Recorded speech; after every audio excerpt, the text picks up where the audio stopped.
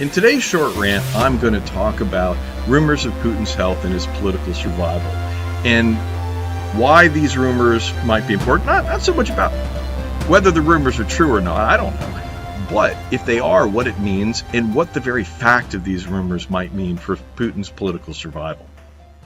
Now, the rumors. At first, when I saw these things and people talked about, oh, he looks sick, and it seemed like wishful thinking maybe, or just the 24-hour news cycle going on, or social media trying to fill the gap. And so, I did not take these things very seriously until Lavrov, his foreign minister, was coming out and saying, no, they're not true. And we're seeing more and more news coverage of these things.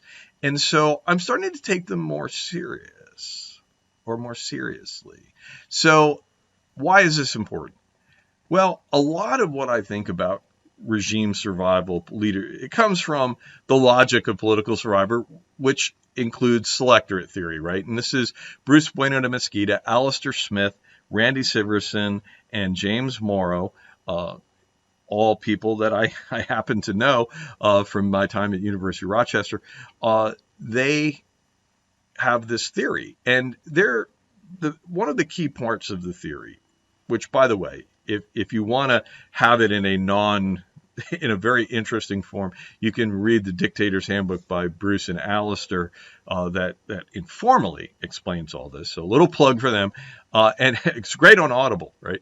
The key thing, though, is that the idea here is that authoritarian leaders survive because they only require a small coalition of supporters.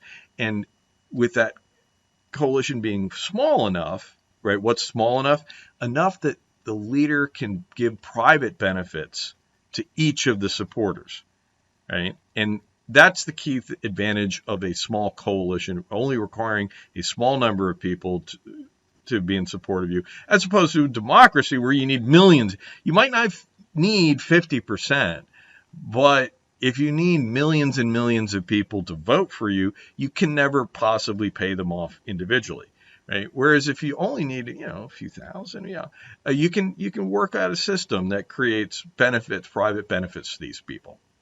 Now, the thing about this system, leaders can stay in power for a very long time. But one of the weaknesses, or the Achilles heels, is often when a leader becomes sick, when the longevity of the leader comes into question. Well, then the supporters start calculating, right, what's going to happen, and it can really undermine the stability of a regime. Therefore, for a regime to survive past the leader, you either need a succession plan or you need an immortal leader, right, which means that there won't be a past the leader. And a great example of a succession plan that has worked has been in North Korea, where each of the Kims has, said, all right, my son will take over. And they've spent a lot of time grooming that person. And it was just, key supporters pledged loyalty to the son, whether it be Il-sung or Jong-un. And the regime stayed in power. And the idea of succession is, hey, I have a deal with the old man. I'm going to have the same deal with his son. So when he dies, I will shed a tear, and the king is dead, long live the king, right? Basically, that's the way succession keeps the coalition together. When you don't have a succession plan, and very often dictators don't, and as far as I know, Putin doesn't have anything like one, then leaders sometimes, when when concerns about health come up, leaders can be overthrown. And we can put, there's a list. The Shah of Iran started having heart issues, and we had the Iranian Revolution. Ferdinand Marcos, right? He, I believe, had cancer. But he had health problems, and we had mass protests. And of course, Hosni Mubarak, his health went, and then Tahrir Square. Now, all of these guys had mass protests as part of their end game, or their ouster. However, in the Dictators Handbook, Bueno de Mesquita and Smith talk about, the logic here, right? When the Shah is sick, his military is not going to go out and shoot students, right? The student uprising occurs. They don't put it down, right? They're not going to do things to support and to repress things, especially not bad things that might come back to haunt them, right? And so that's kind of how the weakening occurs. It may not be that your cronies overthrow you, however, they may not have your back anymore. Or sometimes your cronies can overthrow you. Robert Mugabe, right? He was sick. He was in his 90s, so not necessarily sick, but hey, how long does he got? Everything was fine until he changed his succession plan and cut his military out of it. He didn't last a week, right? He cut his apparent successor out and had been in power for a long time, gone. So this is a big issue. Now, what's this mean for Putin? Well, one, as far as I can tell, and Putin doesn't have a successor, right? In fact, Putin doesn't have in terms of his regime, he doesn't really have a path to, it doesn't look to me like he has a good path of upward mobility to bring in supporters, right? What we call a large selectorate.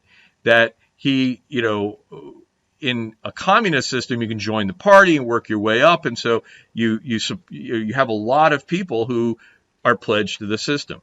Putin's system is, Anders Aslin described it as an aristocracy, right? And well, how do you get into the aristocracy, right? The aristocracy, it tends to be a group of people mainly that Putin worked with in St. Petersburg, right?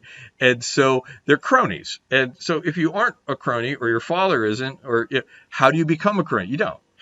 So there's so there may be from kind of the mid-level in the regime, people who would like to get rid of Putin so they could get access to their circle. So there could be a level of challenge here, not from Navalny and the Democratic opposition, the people pushing for democratic change. There might be people who just want to take over and become the new oligarchs. So that's an interesting, situation. And so I look at these rumors and say, one, if they're true, this is like the worst thing that could happen to him, right? If he turns out to be sick, then all the pressure on the regime, everything that's being done with sanctions, has a much greater chance of producing regime change. So game changer. On the other hand, these rumors themselves may be an indication that the game's afoot, right? Why are we getting these rumors? Now, it could be they're just idle speculation. It's something worth looking. This is like if I was really going deep into this, if I was an intelligence agency, I'd really want to track down where are these rumors coming from? Are they just idle social media kind of chatter, which could well be, right? Or are they being purported, right? Because if they're believed, they weaken his regime. So somebody trying to weaken him might be pushing them.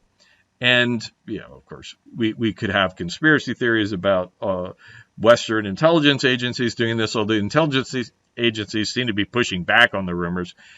This is the thing, right? The rumors themselves might be an indicator of something. So this is what I see. I think it's very interesting. I'm trying to not have false hope here, but now, these rumors are exactly the kind of thing that we need to be on the lookout for.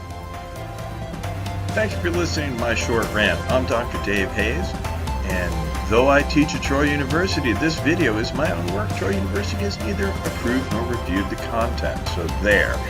And if you want to follow me on YouTube, Twitter, Facebook, please feel free. And if you're wondering who would employ a guy like this, or maybe you'd love to be a student, it's not an ad, but I would love to have more students. Feel free to check us out at www.troy.edu. And we're going to end up finishing off listening to Tonight at 8 by Shane Ivers.